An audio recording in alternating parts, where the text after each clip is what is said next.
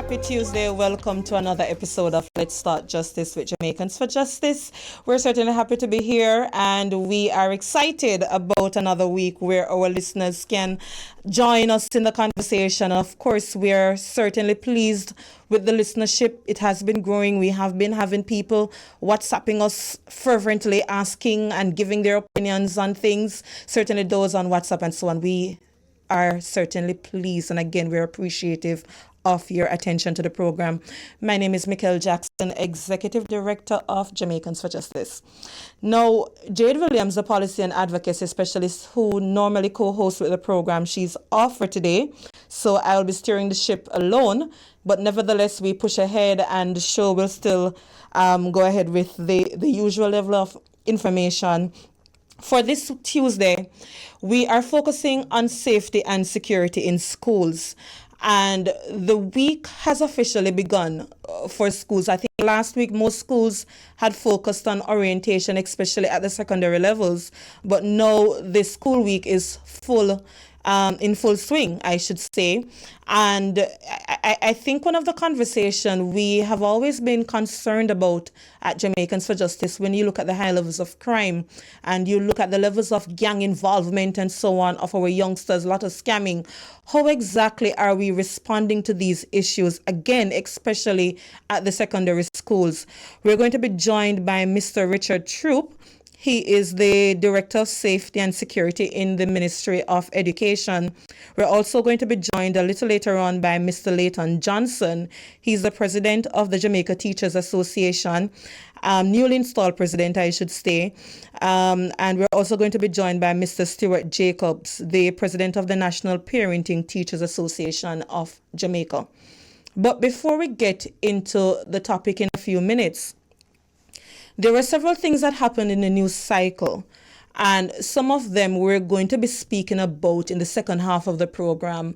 For example, the conversation around the Haitians coming into the country seeking refuge, because we're aware of the turmoil that is in Haiti, our neighbor, our CARICOM member. So it's something that I want us to really talk about briefly in the second half of the program.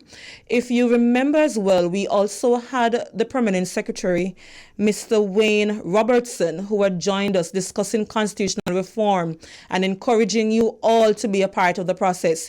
He provided some updates that was promised when some questions were asked by those who follow us on social media. So I will share those updates, and the team will put that on the Twitter and the Instagram page before the day ends. And we're also going to be discussing what is happening in the political landscape, not from a politics perspective because we're a human rights organization, but certainly the role of the political ombudsman and the fact that Jamaicans for Justice, National Integrity Action, and several other civil society organizations and advocates have raised some concerns in the past in terms of the role of the political ombudsman and where exactly is the promise of that office being integrated into the Electoral Commission of Jamaica. So we have those conversations coming up.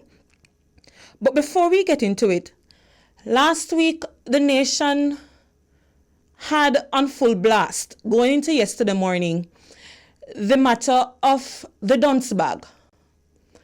And the bag that was branded dunce, apparently it's based on a popular song that an artist, my son had me listen to the song for a few minutes. Valiant, I think his name is. I stand corrected. But I won't comment on the song, but I would comment on the reaction from several school principals wherein, unsurprisingly, the reaction was to ban the bag. And one can understand certainly that as a society, there must be values and norms that we adhere to and standards that we set.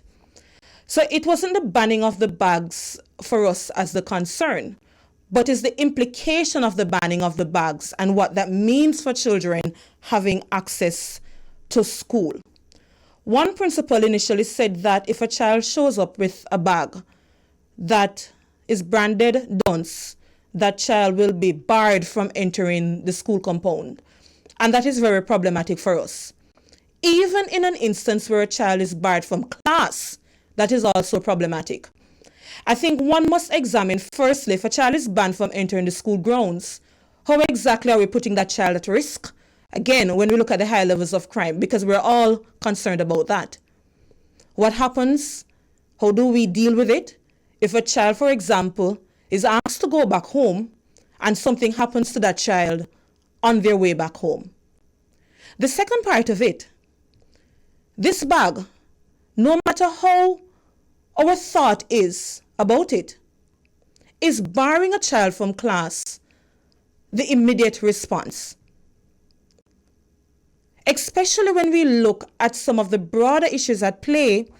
For example, when you look at the numeracy and literacy rates in schools, the fact that several of our youngsters are matriculating without the necessary skill sets to deal with the issues. So I want to make it absolutely clear, because JFJ, we have been in the media speaking on the issue. We are not saying that principals and wider society should not stand for something. We're saying, when we're standing, what exactly are we calling for? How exactly are we dealing with the real issues affecting society that may make a child want to wear that bag in the first place? That may make a parent want to buy that bag in the first place? And what we have said very clearly is that rather than deal with the challenges as they go along, or as they pop up, as they arise, maybe we should be looking at those life skills empowerment session where a child can be forward thinking. A child can see that this is what I want to be in society. This is what I want to stand for. And I think perhaps if we focus on life skills and empowerment, I think we will see greater levels of changes in society. So you don't have to be looking at these things as they arise. All right? I think that's the key point that JFJ is making here. And I also want to point out as well that we have been consistent in our call that parents ought to be involved a little bit more. And I don't want the burden to necessarily be on the schools, but I do think there has to be a place, and I hope to have the National Parenting Commission on the program shortly, where which state agency would be responsible for engaging parents so that we can have some of these training engagements, again, especially when you look at the fact that children are having children. So it's a broader societal issue, is the point that JFJ is making. But I think barring children from entering schools cannot be the answer. And quite frankly, school administrators, you may actually be in violation of the Child Care and Protection Act. So I would urge you to tread with caution. Yeah? Now, our right of the day, or the did you know of the day, as we push along. My eyesight is not as good as Jade's. Were she here, she would read it easily, so I may be straining a little bit. But interestingly, the right of the day, it's converted to a did you know, and it focuses on Section 28 of the Child Care and Protection Act. And it speaks to the duty to secure education of a child. A timely did you know, where every person having the custody, charge, or care for a child between the ages of 4 and 16 years shall take such steps to ensure that the child is enrolled and attends schools. You hear that? Once you have a child within your care, it is your responsibility to ensure that that child between the ages of 4 and 16 years old enrolls and attends school. But importantly, if it is that you have some difficulty in providing that financial support for your child to go to school, then it is that you shall apply to the minister in a prescribed matter for some financial assistance. I think that is what is being said here. Where a person having the custody, charge, or care for a child is financially unable to provide the child with any article required for the purposes of the child's education at a school, the person shall apply to the minister in a prescribed manner for assistance. And that is under Section 28 of the Child Care and Protection Act. And there is a trivia that will see persons getting credit again. Which year was the first edition of the Safety and Security Policy Guidelines published? So let me repeat. Which year was the first edition of the Safety and Security Policy Guidelines published? So that is our trivia for today. Now, to get into the meat of the matter, our discussion on safety and security in schools. Now, in November of last year, the Police Commissioner, Major General Antony Anderson, revealed that some 875 major crimes committed in Jamaica between 2019 and 2022 were committed by perpetrators between ages 15 and 17. And this is against the background where you have frequent reports of teachers and students or students in altercations in schools. I think one of those situations, you actually had a teenage girl that killed another child when they were fighting. So when you look at the backdrop of all of these things, and again, our children being involved in crime, lot of scamming, first generation gangs, for example, several reports of children being found with illegal possession of firearm or possession of an illegal firearm, then it begs the question, what exactly is happening in our schools and how can we respond to the problem? We're joined by Mr. Richard Troop, the Director of Safety and Security in Schools, Mr. Leighton Johnson, President, Jamaica Teachers Association, and Mr. Stewart Jacobs, the President of the National Parent Teachers Association. Do we have all three gentlemen on the call? Mr. Troop is on? Good afternoon. Yes, I am. Good afternoon, Mr. Troop. How are you? I am good, ma'am. Thank you so much for joining JFJ's Let's Start Justice program. If you could just paint a picture for us before we start, what are some of the challenges that perhaps you're aware of that the ministry has flagged as a cause for concern when we look at security issues in our schools? I want to thank you very much for inviting me to speak this afternoon to you and your listeners. And the Ministry of Education, like all well-concerned Jamaicans, I think some of the issues concerning the safety and security of our nation's schools.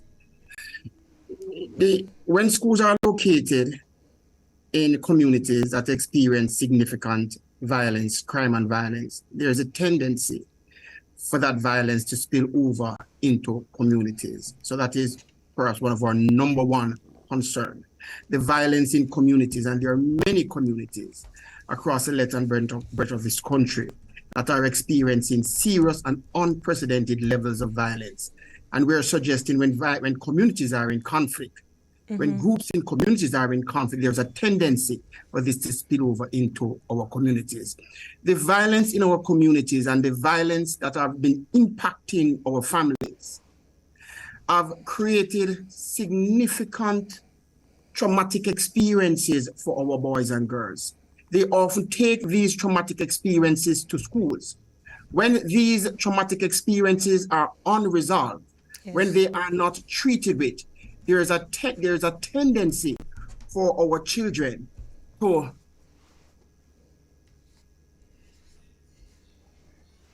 be in our schools, have a tendency to resort in to violent activity, to treat with their own personal challenges. Yes. We also recognize, again, a reflection of our society.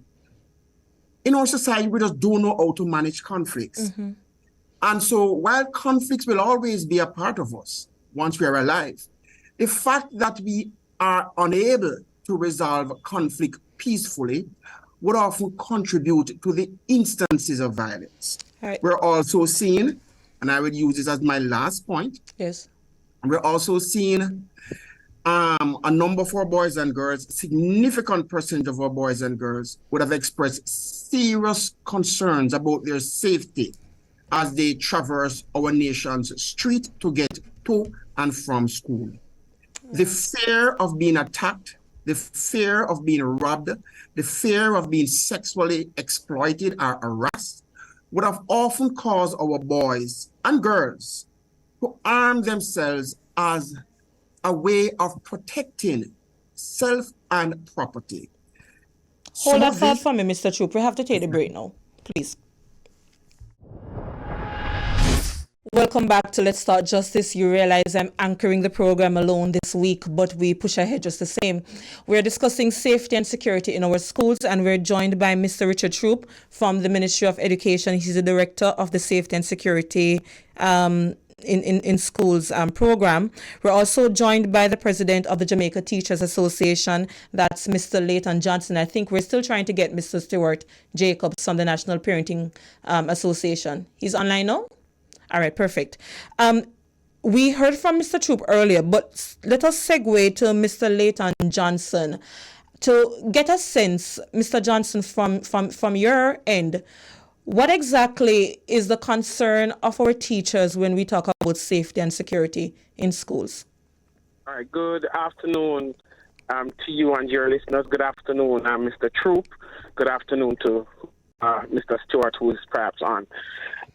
Safety and security is a major concern for our educators, for our teachers.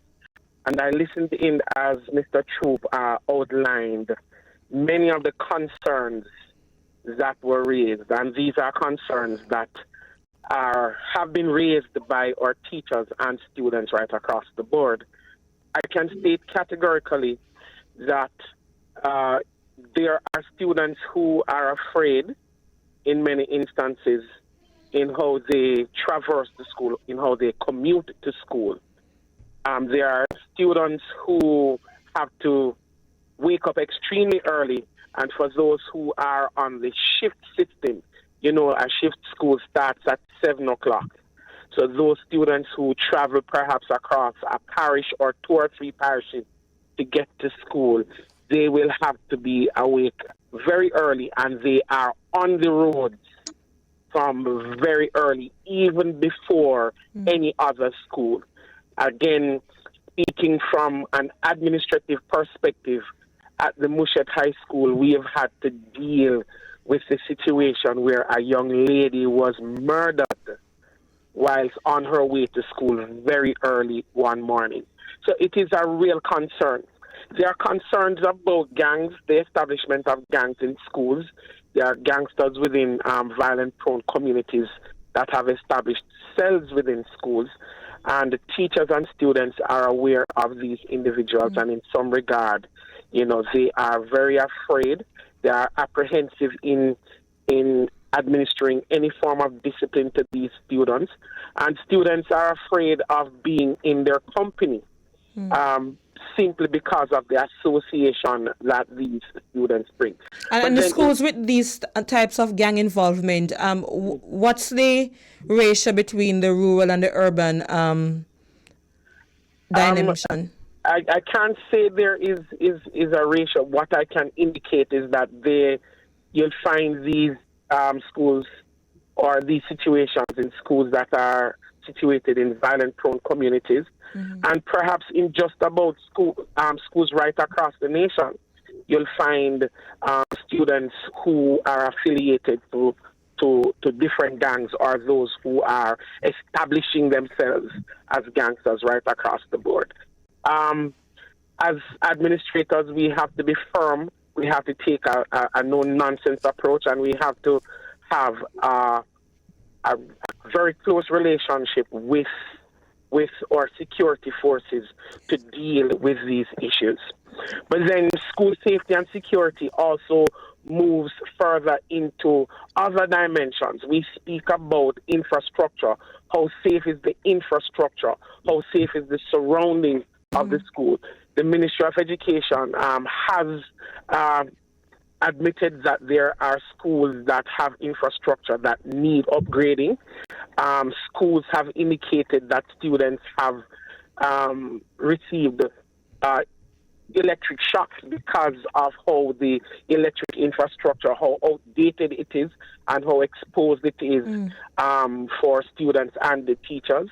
We've had situations where teachers have fallen through the floors of schools. And of course, just the other day, a school in Montego Bay is continuing to lament the roof, how deplorable the roof is. And we've had situations where rafters have fallen in classrooms.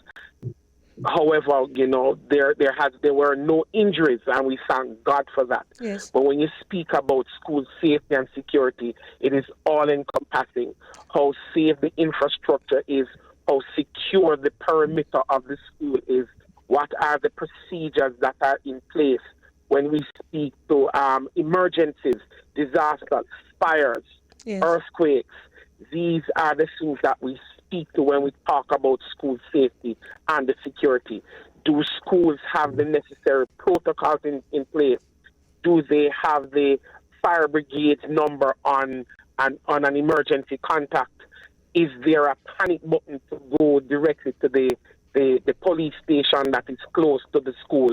Are there security officers or resource officers within the school that can get to the police in quick succession in the event that there is the need for this? Just to bring in Mr. Jacobs, but thanks for that perspective, Mr. Johnson, because I think sometimes when we talk about safety and security, we were looking at it in the framework of the crime and the violence parameters, but I'm happy that you really spoke about it from an occupational health perspective. Very, very good. That is something that we have to focus on. Yes. It is something that we really have to focus on. All right. Thanks for that. Mr. Stuart Jacobs, thank you so much for joining. We certainly appreciate it. From your perspective, representing the parents, the Parents Association, what is the immediate concern around parental involvement and just the parents' perspective on the issue? To your listeners once again, and to the other panelists. Teachers and students spend more time at school than they do at home. They also spend more alert and attentive time during those hours at school. And so that surrounding has to be as comfortable, as sound, as protected and safe, not only to sustain life and not to maim life, but also to create that conducive, comforting atmosphere for learning. You want to optimize those hours. Mm-hmm. And so safety here and security comes with all these amenities, want of amenities. But there is what faces us. I think we're having some problems hearing Mr. Jacobs. The background seems a little bit off. Is that a technical issue? Yes, much better.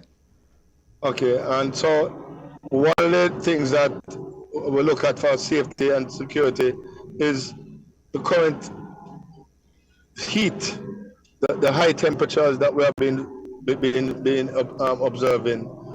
That is a part of our concern also, because the constant drain of energy while sitting in those classrooms or standing on the corridors, there needs to be further ventilation of some of the classrooms. Then there is the migration. Yes, the call with Mr. Jacobs, it isn't working. I'm not sure if the technical operator, if we could try and rectify the problem so we can hear more of Mr. Jacobs' perspective. All right. So I'm just going to segue and go back to you, Mr. Troop. Mr. Troop? Yes, I'm here. Okay, thank you so much. We've heard some of the issues that Mr. Jacobs was even outlining about the heat. We heard from Mr. Johnson indicating that outside of the security issue within the context of the high levels of violence, and you also mentioned it, that is perhaps reflective of what is happening in the wider society. We heard about those occupational health and safety concerns, perhaps you have something broken, the infrastructural issues. From your perspective, based on what you're able to speak on, what exactly is the Ministry of Education's response? Yeah, I think our Ministry of Education has been very consistent on the different perspectives of issues relating to safety and security. As a Ministry of Education, we encourage our schools to assume, some amount of responsibility in terms of treating with issues within local context. Because of that, we have always said to our schools, it's important to establish your safety and security committees. It's important you conduct your safety and security audits. It is important that you develop a safety and security plan. And it's important that you implement those plans to treat with the issues at the local level. As a Ministry of Education, we have also developed many times in a proactive way, critical bulletins to guide the system. And so a couple of days ago, we would have created a bulletin to treat with the high level of temperature that our country is feeling and the world is experiencing right now. And what is it that we can do at the local school level to mitigate against those issues? So we do understand that the issues of safety and security requires not just a ministry response, but all our stakeholders working together. And so I'm happy of the three different levels of stakeholders represented on this call and the consistency of our message. And it is going to require our continued partnership to address these issues. Now, truth be told, many of our schools were built decades ago. Yes. And they were not built in the context of the level of vulnerabilities that they are exposed to now. There was a time when it was natural for many of our schools to be built without a perimeter fence. We do not recognize now that in the context of the vulnerability of safety and security of our stakeholders within school, the issue of fence becomes an important need. We want to also celebrate the fact that many of our schools are not waiting on our Ministry of Education to respond. We have seen so many instances of school leaders and stakeholders within the education system working together to resolve the issues at the local level. So, for example, many schools, without the resources of the ministry, would have invested in CCTV surveillance system to provide greater level of coverage for the schools. Many schools would have developed strategic partnership with local stakeholder groups within communities or civil society organizations to treat with some of the vulnerabilities in their space. So we see many schools would have reached out to organizations like the National Council for Drug Abuse to treat with issues of substance misuse in schools. We encourage these levels of proactivity. We encourage these levels of collaboration within and with our external partners, because it is going to take the collective effort of all of us working together to resolve many of the vulnerabilities. I want to also make a plug-in Mr. Troop, pause that for me. Hold that thought. Yeah. We have to take the break, but Mr. Jacobs is now online. So when we return, we need to pick up with Mr. Jacob as well. So we take the break, and I'm going to ask the gentleman to stay with us for another 10 or so minutes. Welcome back to Let's Start Justice. We're still discussing the topic of safety and security in our schools. Mr. Jacobs, still with us? Thank you so much for hearing you clearly. All right, go ahead with your perspective, but I also want to hear the views of the parents, and because we're going to be focusing more on recommendations and things that we want to see changed, if you could also speak about recommendations from the parents' perspective. Sure. First, let me say good afternoon again to your listeners and to my good friend, Dr. Troop. I didn't realize he was on. I heard his passion just now, always passionate about the education system. The parents' perspective on security and safety in school is in 3 dimensions. One, the infrastructure, that there's nothing protruding that is going to harm the child. That's one. Secondly, that the criminal elements that exist in our society is migrated within the walls of our schools, because gangs are migratory and they do find themselves in schools where they start to recruit and all of that and play out themselves there. And the second part of our concerns with the third part of safety and security in schools is transportation. The to and from school is a challenge also because the child is now open and vulnerable to all of this. And so let me start with the solution with the latter. Is to introduce as best and to implement as best a transportation system that is solely designed exclusively for children. Yes.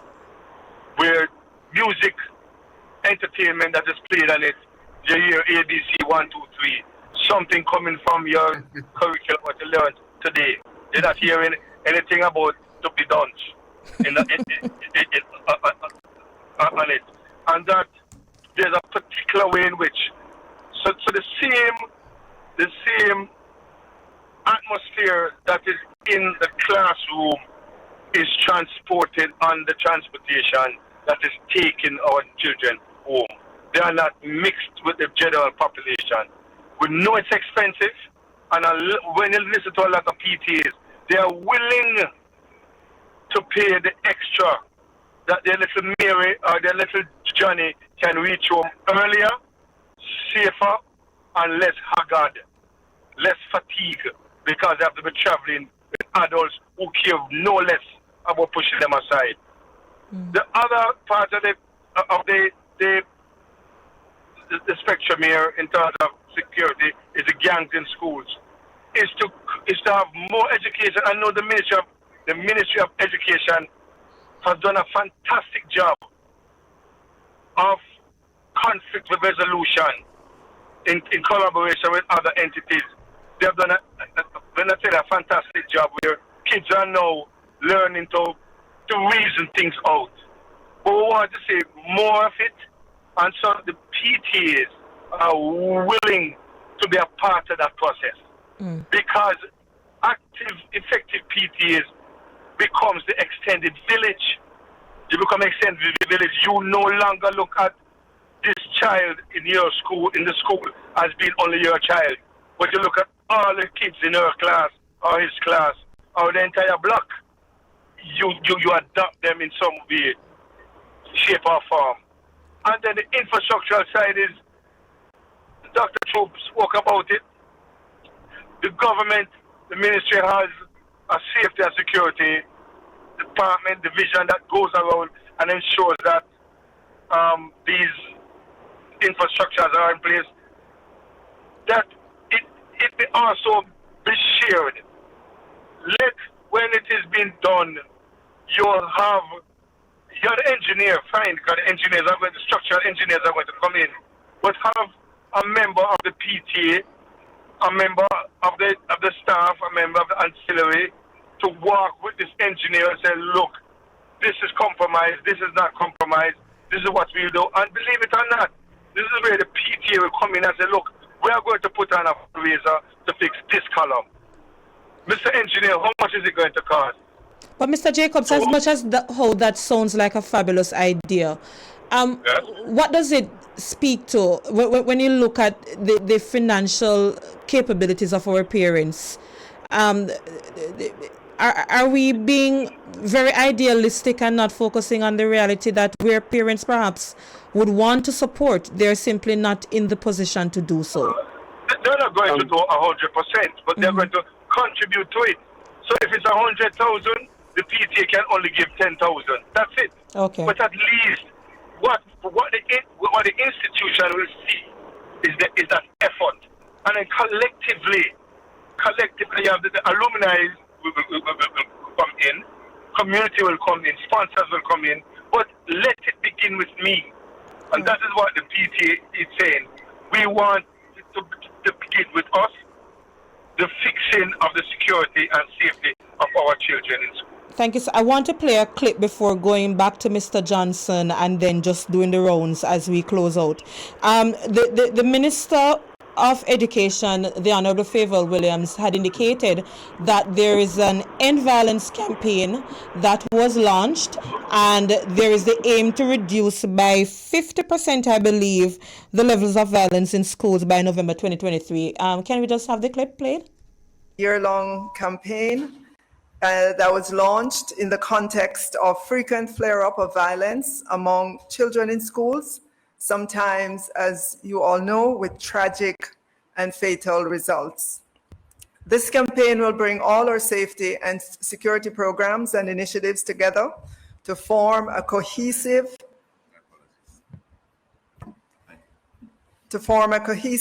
and a comprehensive program.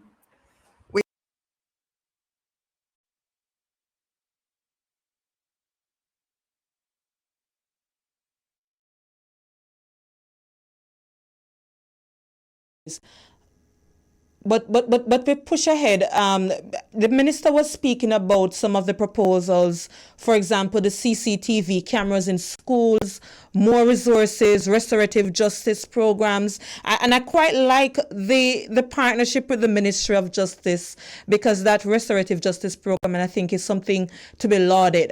So, Mr. Johnson, if you could just close out with your comment in terms of what the ministry is doing, what more can be done and should be done as we try to tackle the issue of safety and security in our schools. All right. So, of course, indeed, we appreciate and love the efforts through the restorative justice program that has been launched within our schools. It's an initiative that schools have been utilizing, and they are or have reported that there is some degree of success to the utilization of the skills learned through restorative justice.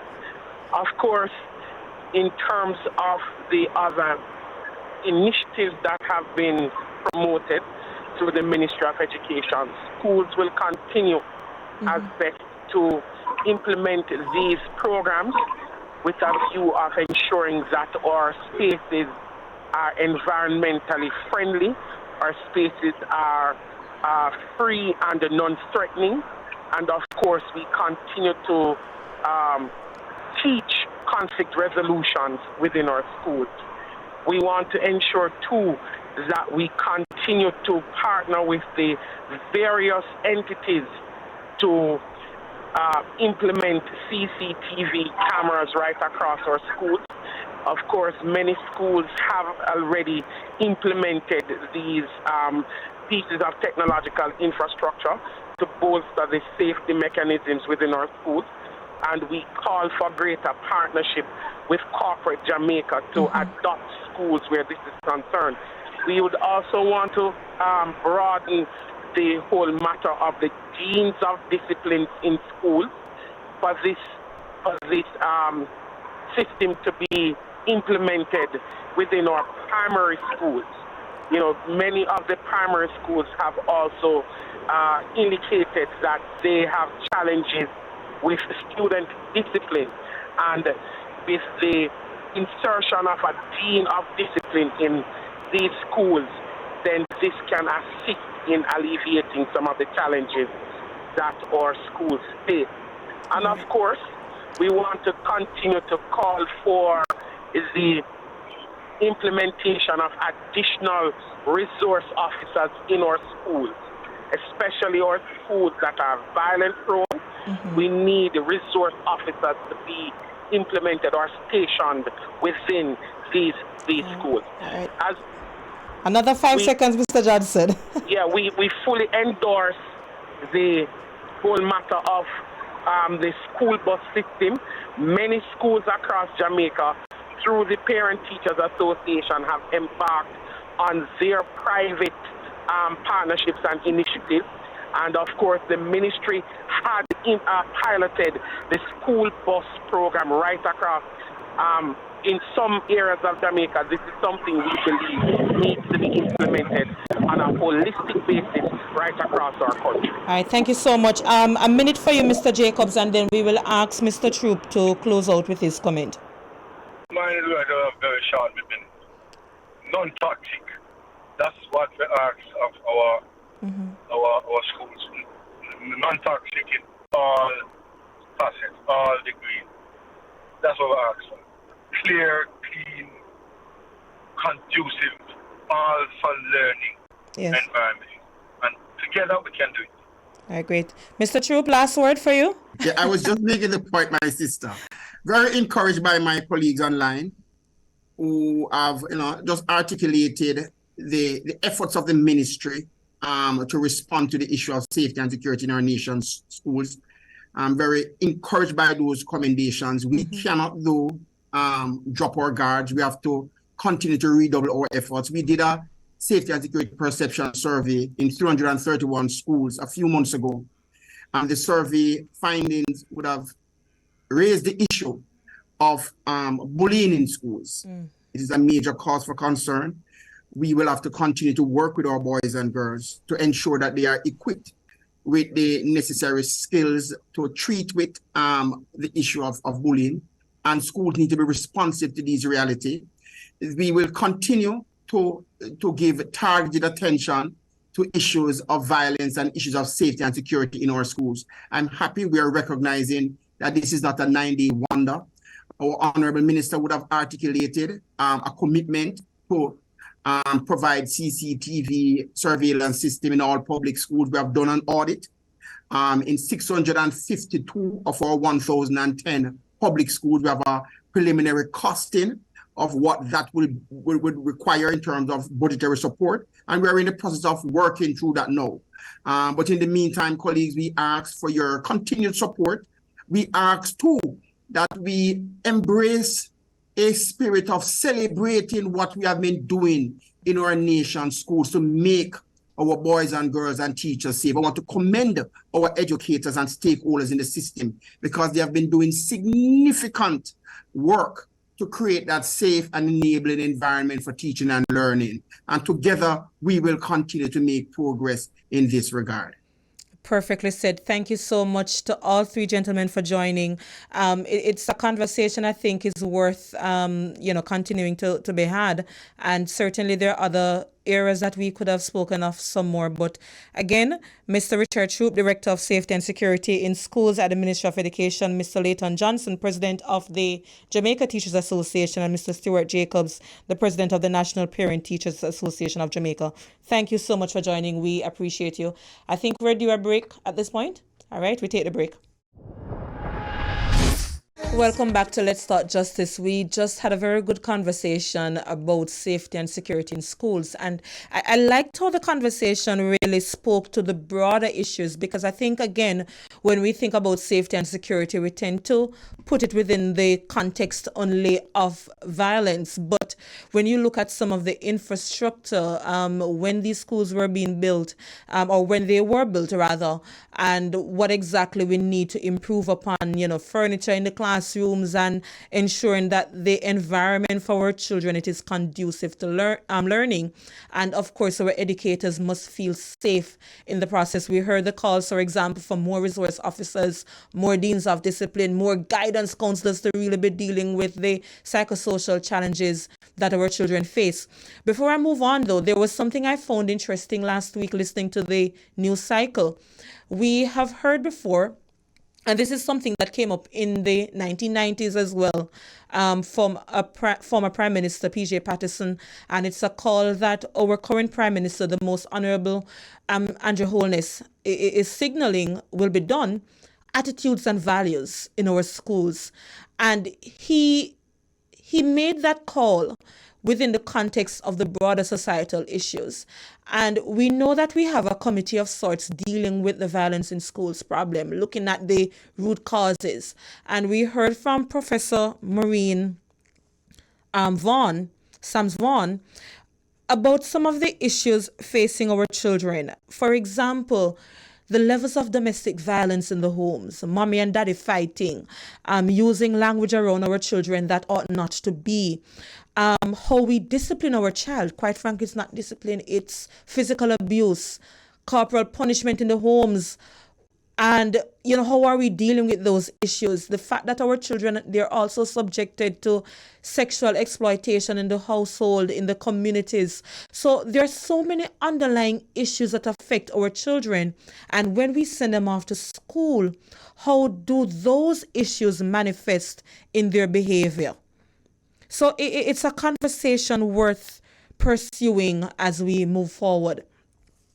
Now, there were two other issues I wanted to flag. Over the weekend, it came to light that 36 Haitians landed on our shores.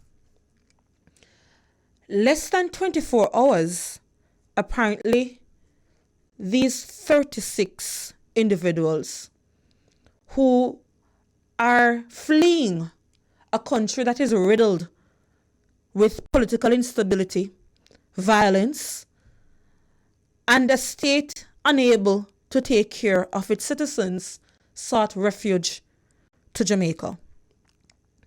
Melania Lane from Freedom Imaginaries, who has been championing and supporting this particular cause, stated on a radio program, I think it was Nationwide, I heard it on, where she indicated that when she went to Robbins Bay in St. Mary, she was told, and she asked to speak to have access to the 36 Haitians. She was told that they had already left the island. Subsequent reports and confirmation from the Minister of Information, the Honorable Robert Nestor Morgan, indicated that the government provided safe passage back to Haiti. Now, what is concerning for us, one, how it was done,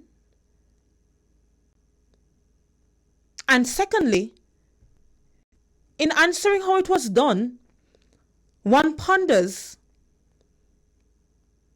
and questions the narrative that apparently the Haitians wanted to go back.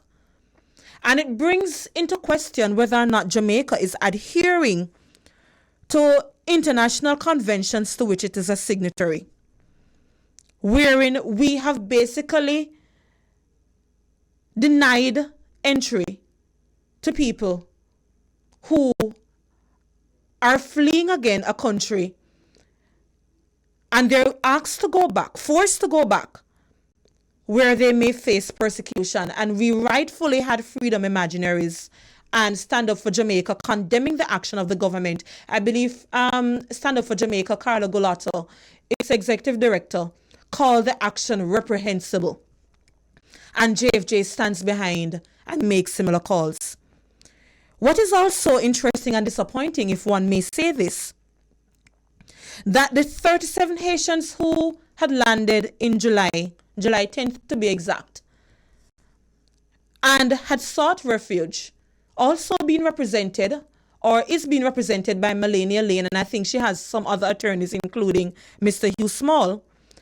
Though they have made the application for asylum, the government has not been forthcoming. They have not been responsive in providing update. And we're saying to the government of Jamaica that a transparent government must communicate with individuals, provide timely updates, but certainly to the lawyers who are providing assistance to these individuals.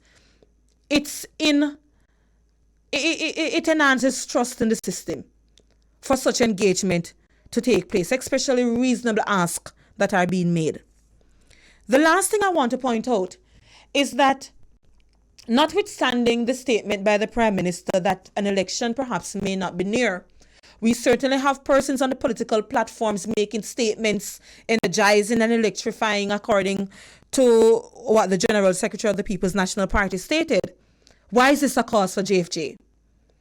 We have heard statements on the political platform that may energize supporters a little bit too much, to the point where they may act in a way that is not in keeping with the law and may put others at harm.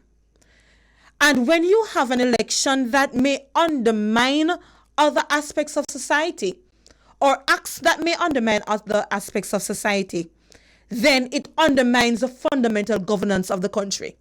And it's on that basis that JFJ reiterates its call for the office of the political ombudsman to be reinstated. We say this again, that the government of Jamaica ought not to have used its executive branch to end the body that reports to Parliament. You would have undermined the legislator by making such decision unilaterally. And it's important that that body be reinstated. I want to be very clear that even with the gaps with the Office of the Political Ombudsman, for example, when you look at Section 22 of that act, which is an interim act, I think the fines that the political ombudsman could impose is perhaps $50,000 or 6 months imprisonment or both. So quite frankly, the accountability system within the political ombudsman needs improvement. Nevertheless, we call for the body to be reinstated until the government of Jamaica makes the necessary provisions for the Electoral Commission of Jamaica to have such powers. The last update I want to provide before I close out is that we heard from Mr. Wayne Roberts, and I said it at the start, and we're going to be updating our Twitter accounts and our Instagram, where Mr. Robinson had indicated, and he provides some link to the live streaming that was done by those who had presented before the Constitutional Reform Committee, the NDM, Cafe, Jambar, and so on. But he also answered a question to indicate that a final decision regarding the streaming of the CRC meetings itself will be made in short order. So we can't tell you that the streaming will be there as yet because the CRC has not yet made such decision. And the outstanding minutes he noted will be posted on the websites of the Ministry of Legal and Constitutional Affairs within another 2 weeks. So that is an update that is important to note. No, Jade is not here, so the excitement around the trivia, just bear with my voice. We have 2 winners, and I don't understand, but anyway, because I need to check those seconds to see who posts the answers first. But Vanessa is saying that we have 2 winners, one on Instagram, that's in Dax We Trust. The correct answer is 2008. And just to remind the listeners quickly before I have to go, the question asked, what year was the first edition of the Safety and Security Policy Guidelines? 2008 is the answer. And we had Nordia on YouTube answering first. All right, so that is it for today's Let's Start Justice. We again extend our appreciation to those who continue to tune in. We love the listeners. And the last thing, I have 7 more seconds, so I can quickly plug this. Over the weekend, we engaged 19 human rights champions, young people, and so on across various capacities, and they were awesome. So I just want to say big up on yourself. I'm the Executive Director, Michael Jackson of Jamaicans for Justice. Thank you so much.